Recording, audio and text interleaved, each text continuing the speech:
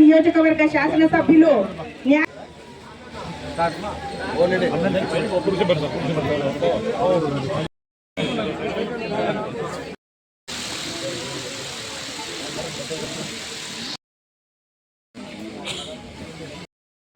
వెలుగు ఐకేపీ సిబ్బంది మరియు ఐకేపీ ఏపీఎం గారు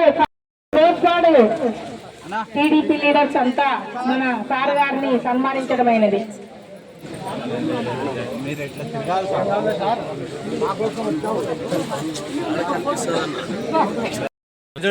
అందరికీ అవకాశం ఇస్తాము, ఎవరేం దొప్పుకోవాల్సిన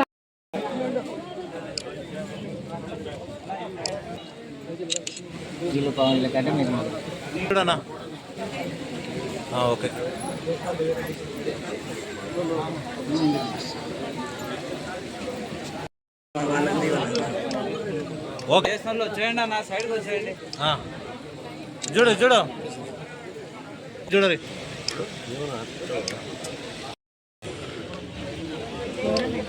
ఓకేనా? జరిగినదని మీ అందరికీ సభాపూర్వకంగా తెలియపరుస్తున్నాను. అందరికీ ధన్యవాదాలు.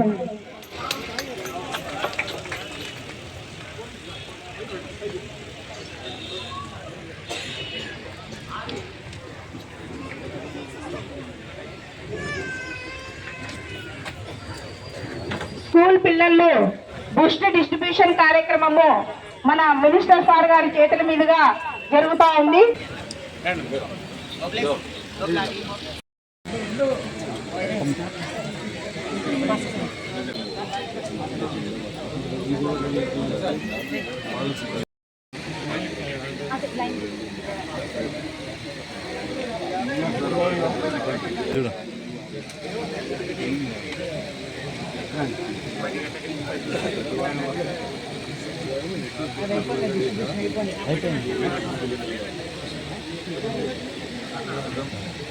తాత చూడు ఒకసారి, ఇది చూడు.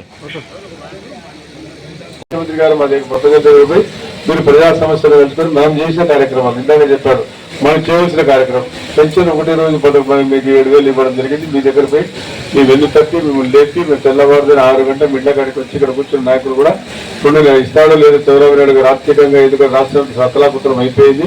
రాష్ట్రంలో నిధులు లేవు. గత ప్రభుత్వంలో అన్ని దాదాపు 10 లక్షల కోట్ల రూపాయలు అప్పు చేసి చూడడం జరిగింది. ఏ డిపార్ట్మెంట్ కూడా జబ్బులు లేవు.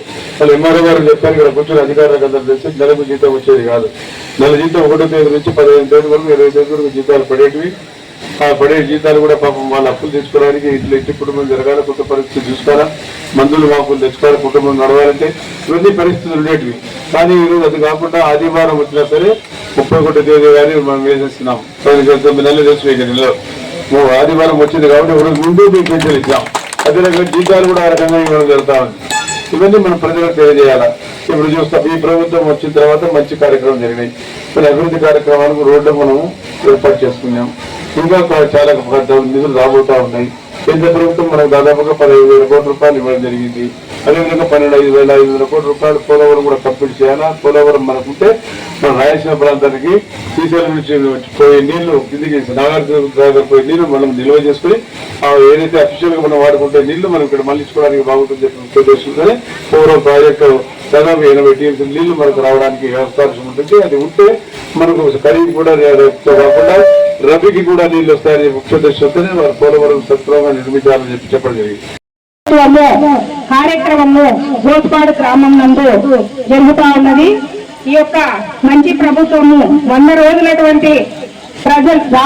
రోజుల్లో ప్రజలు మెచ్చిన ముఖ్యమైన కార్యక్రమాలు నిరుద్యోగ యువతకు అండగా నిలబడుతూ మెగా డిఎస్సితో 16,437 ఉపాధ్యాయ పోస్టులను భర్తీ చేపట్టడం జరిగినది. అలాగే పెన్షన్ల పంపిణీ ఒకేసారి 1,000 రూపాయలు పెంచి నెలకు 4,000 రూపాయలు ఇవ్వడము జరిగినది.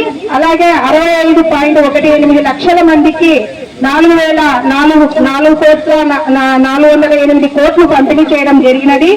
అలాగే ప్రతి నెల రాష్ట్ర ప్రభుత్వ ఉద్యోగులకు 1వ తారీఖునే జీతాలు ఇవ్వడం జరిగినది. అలాగే పేద ప్రజల కోసము 5 రూపాయలతో ఆకలి తీర్చే అన్న క్యాంటీన్లను ఏర్పాటు చేయడం జరిగింది. రాష్ట్రమంతటా 175 అన్న క్యాంటీన్లను ఏర్పాటు చేయడం జరిగినది. ప్రజలు నిద్ర లేకోకుండా ల్యాండ్ టైటిలింగ్ యాక్ట్ ను భయపెడుతున్నటువంటి ల్యాండ్ టైటిలింగ్ యాక్ట్ ను రద్దు చేయడం జరిగినది. అలాగే మనకు ఈ మధ్య కాలంలోనే విజయవాడలో వరదలు వచ్చి కృష్ణా డిస్టిక్ అంతా ముప్పుకు గురి అయిందనమాట. ఆ ముప్పుకు గురైనప్పుడు మన సీఎం గారు అక్కడే కృష్ణా జిల్లాలోనే అక్కడ కలెక్టర్ ఆఫీస్ లోనే బస చేసి 10 రోజులు వరద బాధితులందరినీ పరామర్శించి వాళ్ళకు కావలసినటువంటి నిత్యావసర సరుకులనైతేనేమి వాళ్లకు ప్రాణ నష్టము, జన నష్టము, ఆస్తి నష్టము జరిగిన వాళ్ళందరినీ 10 రోజులు అలుపు ఎరగకోకుండా మన సీఎం చంద్రబాబు నాయుడు గారు అక్కడే కలెక్టర్ ఆఫీస్ లో బస చేసి ప్రతిరోజు అధికారులతో సమీక్షించుకొని అక్కడ ఉన్నటువంటి వాళ్ళందరికీ ఆ వరదలు తగ్గిపోయిన తర్వాత వారందరికీ అక్కడ నష్టపరిహారము ఇచ్చేసి వాళ్ళకి మరలా మామూలు స్థాయికి వచ్చేంత వరకు అక్కడే ఉండి వాళ్ళని అందరినీ బాగా అయిన తర్వాతనే మరలా సార్ గారు వెళ్ళిపోవడం జరిగినది. నిర్ణయించి ఈ కార్యక్రమం మొదలుపెట్టింది.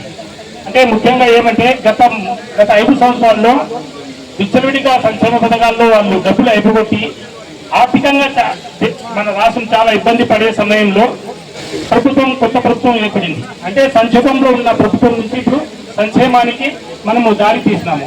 ఇంతలోనే ఎన్నో అవరోధాలు వస్తున్నాయి. మొన్ననే విజయవాడలో ఇప్పుడు మీరు కొత్త వచ్చింది. మన గౌరవ మినిస్టర్ గారు, ముఖ్యమంత్రి గారు అక్కడ ఉండి అక్కడ నీళ్లలో చాలా మంది కొట్టుకుపోయారు. చాలా ఇంట్లో మునిగిపోయినాయి నీళ్లలో. ఆస్తి నష్టం బాగా జరిగింది. వాళ్ళందరికీ అక్కడ ఆదుకోవాలనే ఉద్దేశంతో 10-15 రోజులు అక్కడ ఉండి మేము కూడా విజయవాడ వెళ్ళి దాదాపు అక్కడ 1 వీక్ ఉండి అక్కడ వాళ్ళకందరికీ నిత్యావసర వస్తువులు, తర్వాత వాళ్ళకి ఏమేమి సౌకర్యాలు ఉన్నాయి, అక్కడ నీళ్లను పంపులు పెట్టి కొట్టియడము ఇలాంటివన్నీ చేసి ప్రజలలో భయాందోళనను తొలగించి ఈ ప్రభుత్వము మన ప్రభుత్వం అనేది మనకు సపోర్ట్ గా ఉంది అని ప్రజల్లో మనము సందేశాన్ని తీసుకుపోయినాము. అదేవిధంగా ఈ ప్రభుత్వం 100 రోజుల్లో సాధించిన విజయాలు ఏమంటే పెన్షన్ 1000 రూపాయలు పెంచడము. గతంలో మనము ఉద్యోగస్తులము చూస్తుంటివి 1వ తేదీకి జీతాలు పడతాయో లేదో ఎంతో మందికి సంక్షేమంలో ఉండేటోళ్ళం. అంటే 1వ తేదీ కొందరికి జీతాలు పడతాయి, కొందరికి 5వ తేదీ, కొందరికి 10వ తేదీ, కొందరికి 15వ తేదీనా పడలేదు. అంటే అప్పుడు ఉద్యోగస్తులం అంతా చాలా మదనపడి ఎంతో బాధపడి బయటికి చెప్పుకోలేక, ఎందుకంటే మనం ప్రభుత్వాన్ని మనం ఏం నిందించలేం కదా అంటూ బాధపడుతూ ఉండేవాళ్ళం. అటువంటిది ఇప్పుడున్న ప్రభుత్వము వచ్చిన వెంటనే ఉద్యోగులకు మేము ఉన్నాము, ఇది ఉద్యోగుల ప్రభుత్వం అనే ధైర్యం ఇచ్చి మాకు 1వ తేదీనే జీతాలు ఇస్తున్నారు. ఆ విషయంలో మేమంతా చాలా ఆనందంగా ఉన్నాము. అంటే పెన్షన్ పంపిణీ, తర్వాత నిత్యావసర వస్తువుల పంపిణీ, అన్ని విషయాల్లో కూడా ప్రభుత్వము ఖచ్చితమైన నిర్ణయాలు తీసుకొని ముందుండి ప్రజల సంక్షేమం కోసం పాటుపడుతున్నారు. కాబట్టి ఈ గవర్నమెంట్ మన ప్రభుత్వం అని చెప్పుకోవడానికి ధైర్యంగా ఈరోజు ఈ సభ మనము ఏర్పాటు చేసుకోవడం జరుగుతుంది.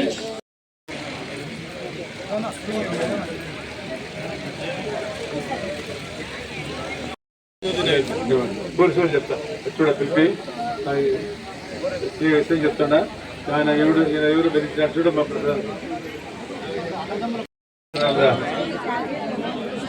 వాళ్ళందరూ